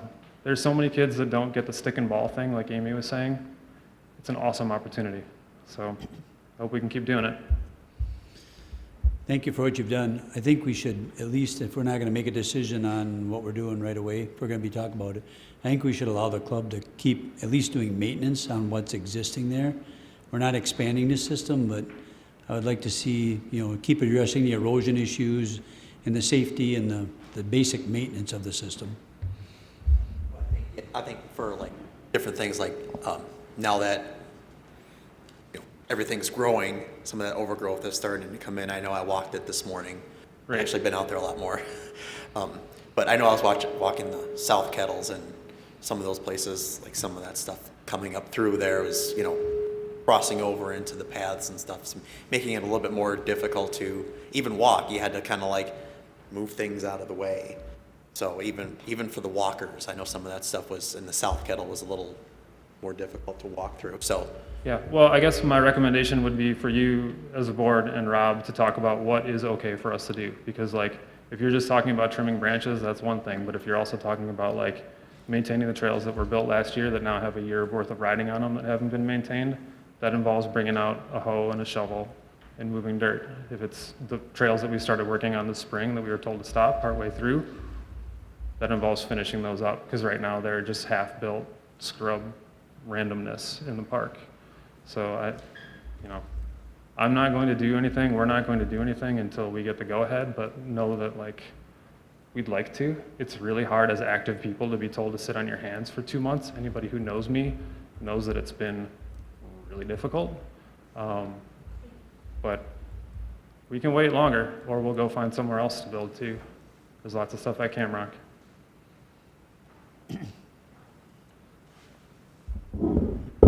I have a question on the signage, in that it being a multi-use, and I noticed as I was walking, there was a couple places where it looked like you had the jumps for the bikes, you know, so you can get some air and all that sort of thing, which is cool, except for if you're on there with you know, limited ability to, you know, be aware of that.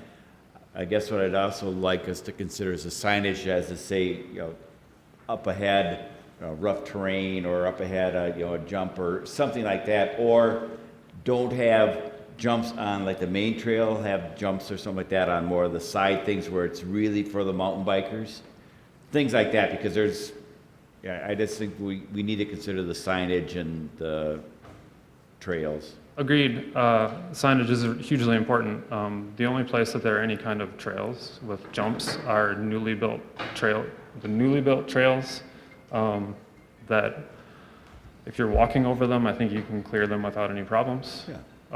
So if you're a biker, you're on a bike trail, you know, and yeah, some signage to say like intermediate trail, whatever, I think would be great. But, you know, we haven't pushed that because how do we know that there are actually going to be bike trails there? You know, like a lot of this stuff just comes up in conversation now and it's awesome. But, you know, again, this has been something that's been there for a year. Yeah. Y'all could have talked to me about it.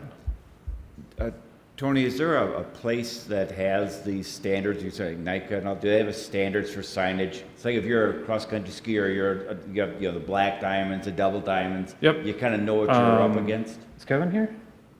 Someone think Kevin was here. Did he go? Weissman? Well, yeah, they're in, but there's this particular kind of like style of sign that IMBA has. They have them at Camrock. I can't think of what the material is called.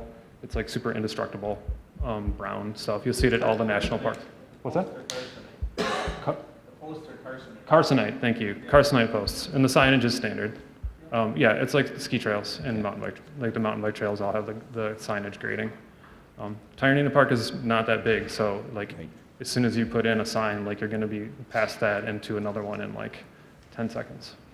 So we gotta kind of figure out like how much signage do you want in a park versus just one main sign that's, and by the way, like signage, the number of people who've said we'll pay for signs, like if it hasn't been said before, everything in this trail has been done for free and donated. Like the number of people who said we'll donate our time, materials, whatever, to make signs, make whatever you want, make built structures, like people want to do that for the park.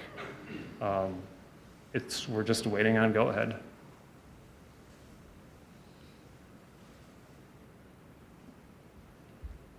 Any other comments or questions for Tony? Okay, Tony. Thanks all.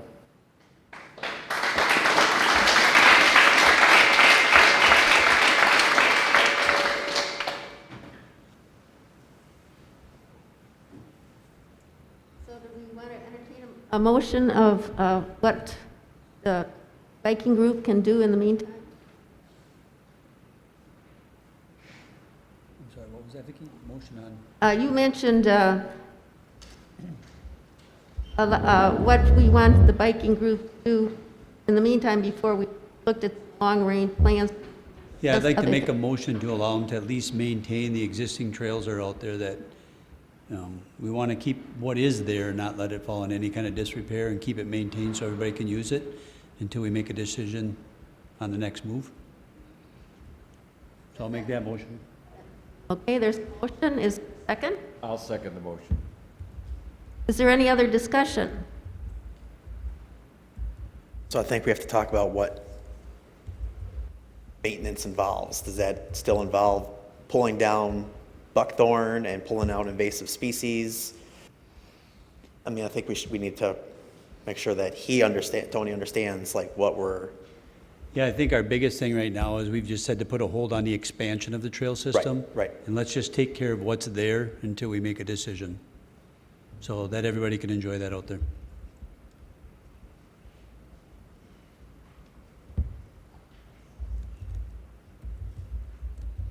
Any other comments? Does that work for your group, Tony? I would like it in writing. Yes, we can use shovels. No, we can't use shovels. Yes, we can use gas trimmers. No, we can't use gas trimmers. Like, we're not gonna go up there and do anything because I don't want anybody complaining about stuff that we said we were told we can do, but are not following what they think was said we can do.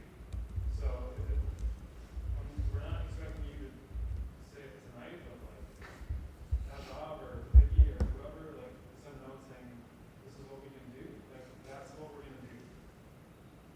That should go back to Rob. Rob, are you okay with that? Yeah, Tony, I think probably the best bet would be all your existing trails you currently have right now can be maintained with whatever piece of equipment you see necessary to do it. No more construction of additional trails. The pulling of buckthorn, garlic mustard and all that has nothing to do with trail construction. That's invasive species cleanup. So if it's directly related to an existing trail, we all know what the existing trails are up there. I think it's perfectly acceptable for you to do the work. If you're blazing a new trail, obviously you shouldn't be doing that. Well, then there's at least one spot that we should discuss whether it's a new trail or not. Because there's some spots that we started working on this spring, the rest of them we talked about, that are like, they're rideable, but people probably don't know it. We love to finish those up, but they're only half cut. There's two spots that are like half bench cut starts of trails. People are using them, they're hiking them, they're riding them. They should be finished up, truly. They should get properly bench cut. They should, all of the dirt work should be done. But I don't want to say, yes, we're going to do that unless we know that it's okay. And people understand that there's going to be a little bit more, like, exposed dirt from it, if that makes sense. So like erosion, like anything that would keep, like if it's half done, but there's erosion that's going to be caused because it's sitting there, doesn't need to be finished so we don't have erosion happen.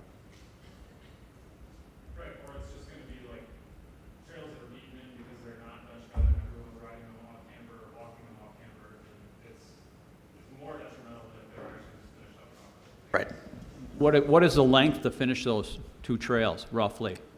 Are they 80% finished? 50% finished? In terms of like what's, the dirt for the most part is already exposed, but like the actual cutting of the trails, like where they become like flat treads to ride on, to hike on, that's what there's a lot of that that still needs to be done. So that's what I'm talking about. Maybe this is like we can take this offline instead of taking up everybody else's time, but like I want to make sure that we're clear on that because to actually finish the trails properly requires moving more dirt than some people probably want to see.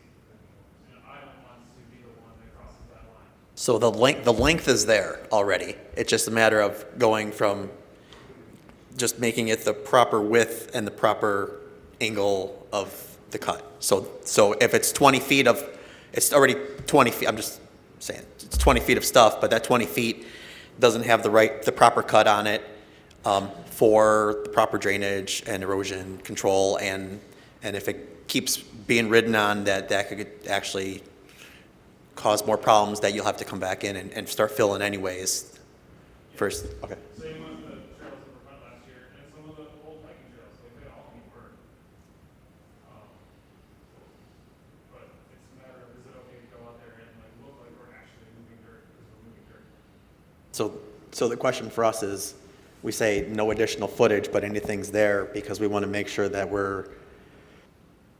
the trail is properly finished so you don't have erosion issues and other issues that could be, because now you have a small path and people are trying to bike on that, which now you start creating ruts and stuff like that because of that, which then can start causing issues with walking because now you have ruts, or biking because now you with tires and stuff like that. So Okay, I just want to make sure that I'm clear with that for all that stuff, so everybody understands here what we're talking about. So it's not new footage, it's just finishing up properly what is there to make sure that it's done right, finished right. Okay, Vicki, Steve has a question in the back, or a comment. Yes.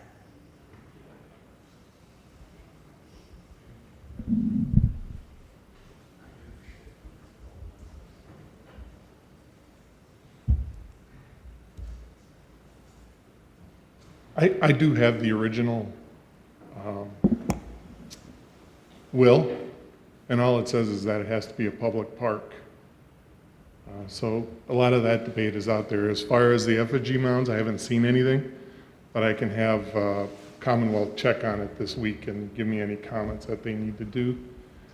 I think Dan has reviewed a lot of the items on there, and from a legal standpoint, at one point in time, there was an ordinance that designated what could be done in the park. It historically had bike trails and camping and ski hills and all kinds of things. So it's been a park that's seen a lot of change in its years. I saw the original lawsuit. The original trustee came back and said that we were good.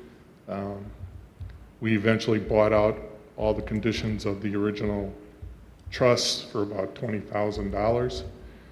So those are kind of behind us. The one item that I would like to kind of bring up is that I think the council president has given me the right to say that he thinks whatever you do tonight should be written up and put on the council agenda before any final action is taken. And I think Dan would like to comment on what's getting written up and how that would be structured. So I'm Dan Drescher, I'm the city attorney.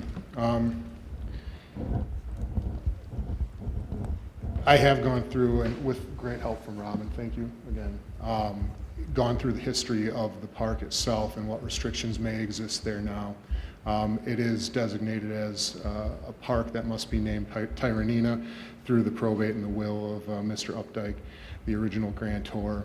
There was a clause in that will that basically said it had to be used for park purposes in perpetuity forever. There was the lawsuit in 1980. My understanding at this point, I have strong legal backing of this understanding, is that that clause was specifically basically bought out, as Steve alleged. So there's a sunset date on that, must be used for park purposes. And to the best of my knowledge, that date is December 31st, 2001. So there is no enforceable requirement at this point that the park must be used for park purposes. I know that's not really at issue right now in this room.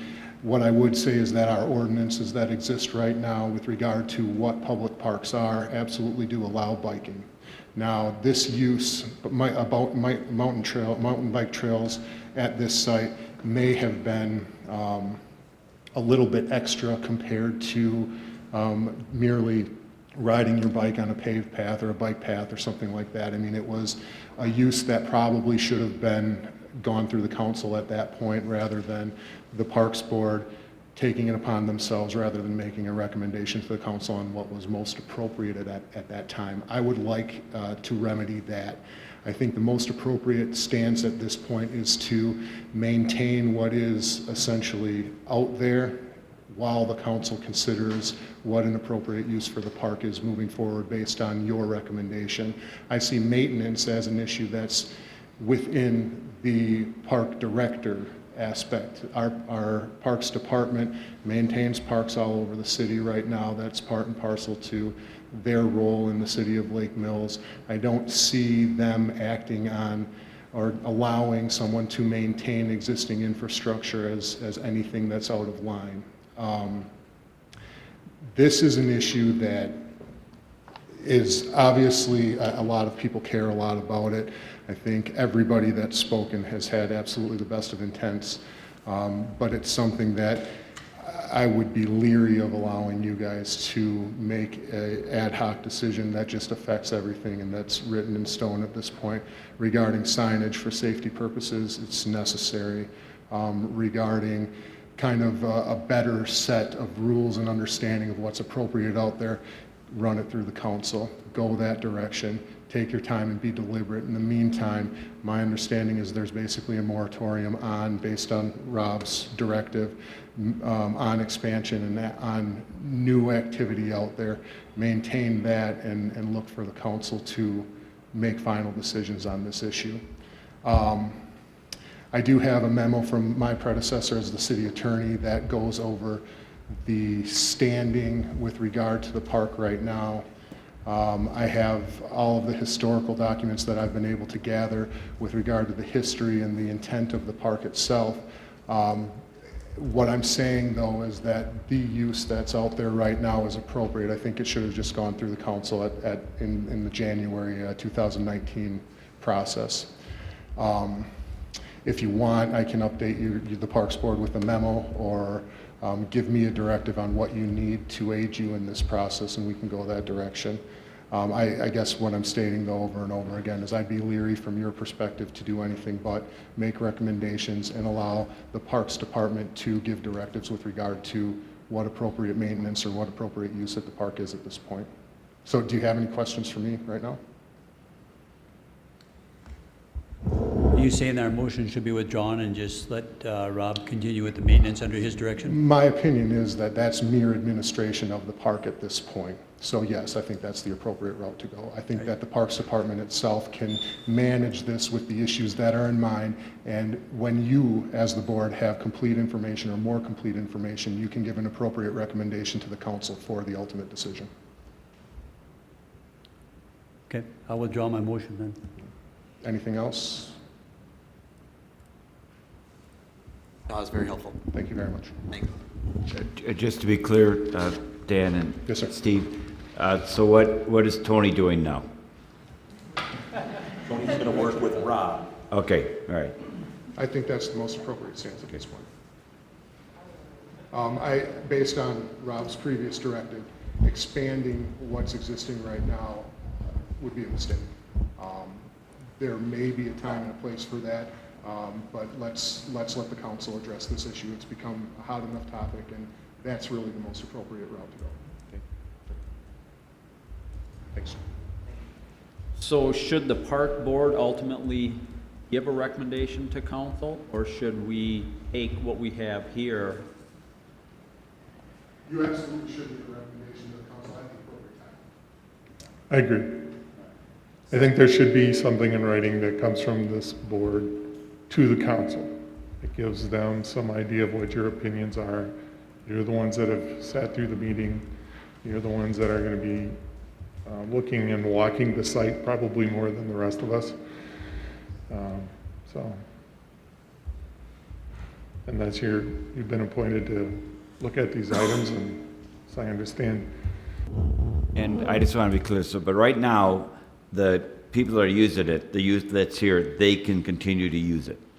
What exists. What exists. The infrastructure is there. Okay. Riding bikes and parks is appropriate. Okay, all right. Told otherwise. The final thing, Steve alluded to this or brought the issue up, so I feel like I should speak about it briefly. Myron Smith gave me great information with regard to the ordinance that was in existence at one point. It was a park zoning ordinance. It was when the Chapter 10 was the zoning code, Section 11, if I remember correctly. And that did actually designate Tyranena Park as a nature preserve.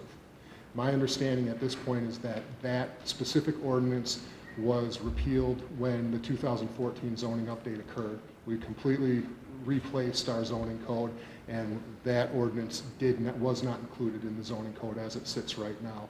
So there is no designation with regard to this park being a nature preserve. It's a public park like basically any other public parks. It doesn't have specifically posted rules saying this use is not appropriate at this park. Rather, we have uses under ordinances that are specifically allowed. They're in our ordinance, and riding bikes in parks is one of them. So right now, with regard to the infrastructure that's there, I don't think it's appropriate to say you individuals cannot ride a bike in this public park unless there's administrative action or there's council action that's taken on that specific issue. In the meantime, Rob, as the director of the park system, absolutely has authority with regard to appropriate maintenance, with regard to directives, with regard to allowing special interest groups to go out and manage the park system. So I would lean on the administration in that regard for the directive as to what's appropriate in this park at this time. So we're more going to be looking at, number one, recommending that this go to council for not only just usage, but signage, safety, actual usage, walking around, saying, do we want to do anything different in there as far as bike here, walk here, stuff like that. So in my notes, based on what I heard, and I had to go upstairs for a hearing in court, so I missed a good portion of it, but signage, hit over and over again, totally appropriate. Reasonable rules and regulations regarding the use, totally appropriate. A site plan that's being submitted to the city that says this is what our plan is, what we're going to do, rather than our Parks Department or our city losing control over the park itself at some special interest group that, you know, has great intent and everything, but them completely expanding and expanding and expanding. At some point, there won't be anything left for anybody else. And I'm not saying that that's a negative thing. I'm saying that we should go through a process that's deliberate, that has adequate public involvement, where that decision can ultimately be made. Maybe there's a portion of the park with adequate signage that this is an appropriate use in what's existing. Maybe there's an appropriate expansion plan because that's what the council desires, or at the recommendation of the Parks Board is decided by the council. You guys have the authority to make the appropriate recommendation that you see fit, but it stops there. You can gather as much information as you want, you can deliberate, you can provide that information to the council. I encourage you to do so, but that's really what your board does. You get to make recommendations for the council to ultimately make the decision. I do have a request. Is Tony still here? Yep. And to everybody here, it's interested in this, and I heard it on the table that the county is willing to explore other places because January 19 is a while back for me, and I remember people asking Tony and Andy saying we would like to allow us to use the park for mountain bikes, and I think we were fine with that. You know, get people out, get them using them. Why not? As long as it's maintained. I don't think, at least myself, thought we were going to turn this into a mountain bike park. So I think we have to but again, there's not a lot of places for that. So I would ask the people that are interested to bring to us and explore other options. You know, somebody said Upper Rock Lake. I've lived here for 20-some years, and I've been to Upper Rock Lake maybe twice because, you know, it's just not on our radar. So we can maybe create some other places that we can use. Gentleman here, or person? No, he's not. I was the one who brought it up. Okay. That's contingency plan. Yeah, Upper Rock Lake being used in combination with it, I want you to know that we're negotiating on 3 new parks. So there are items, and in fact, the county guy could have helped me because the one that the county was looking at on County Highway A is now being donated to us. Okay, and then we're actually negotiating for 11-acre park across the street from Tyranena Park. And then we're looking at a site on Mud Lake Road.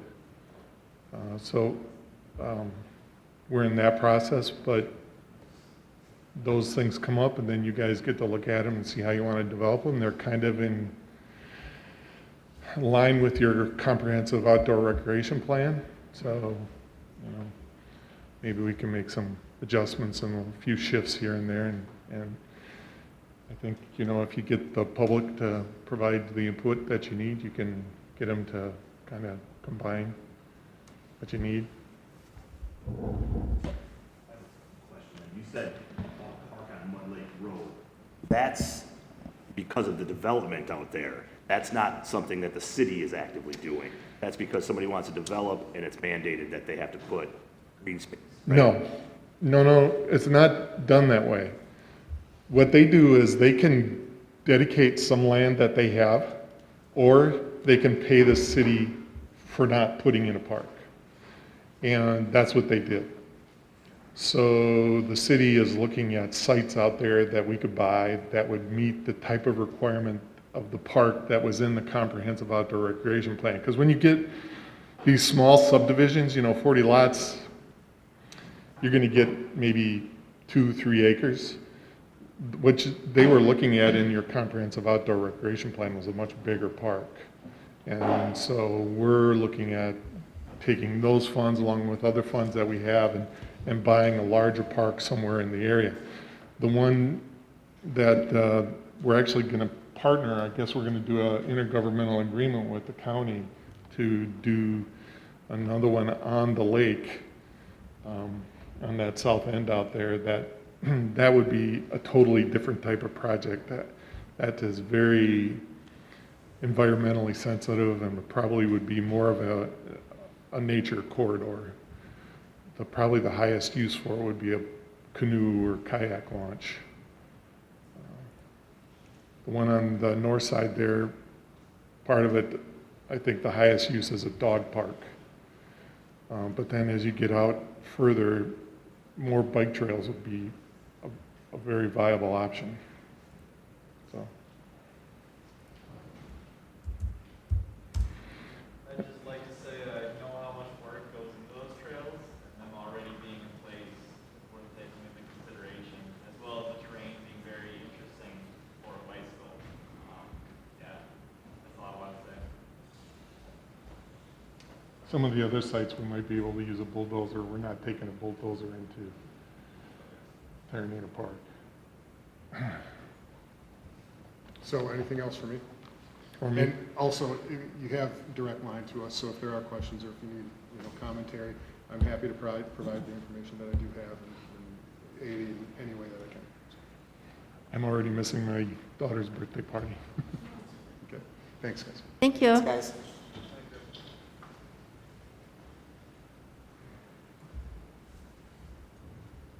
So Tony, as of this evening, because obviously administration decision on this, we haven't stopped the use of those trails up there. Obviously that can continue. Maintaining of the existing trails, we know what the existing trails are. Perfectly happy doing that. The trails that are under construction, obviously, I don't know exactly what the extent of those are, what they look like. I think it'd be appropriate for me to meet with you tomorrow or Friday. We'll make a determination on those at the time. If, say, a trail is 75% completed, probably finish that. If a trail's 30% completed, we probably won't be doing that. The dotted lines on the map you have, those are all within, they just need to be fence cut in some spots. All right. I'd feel more comfortable physically with you up there looking at them. And then the next item I had was, I think the city needs pulling up some dollars to get some really good GIS mapping up there, to get a strong language of signage, to get some help on some of this stuff. I don't want to say it, but more of a professional level. 20 great job, but something to help us along, somebody that's going to be devoted just to doing, say, the signage for us. Me and you have been bantering this. I've been on you for a while to get me a sign information. So I'm gonna push the city or find some money in my budget to get this going, so the documentation is good there.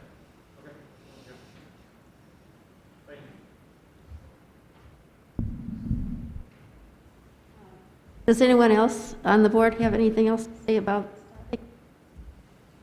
Quentin, are you going to come back to another Parks Board meeting? Is it Quentin down there? Yeah. I said, I'm asking you, are you ever going to come back to another Parks Board meeting? Probably not. But he's going to show up to your library board meeting, I bet. Well, I want to thank you for being here. It was very, very professional, so.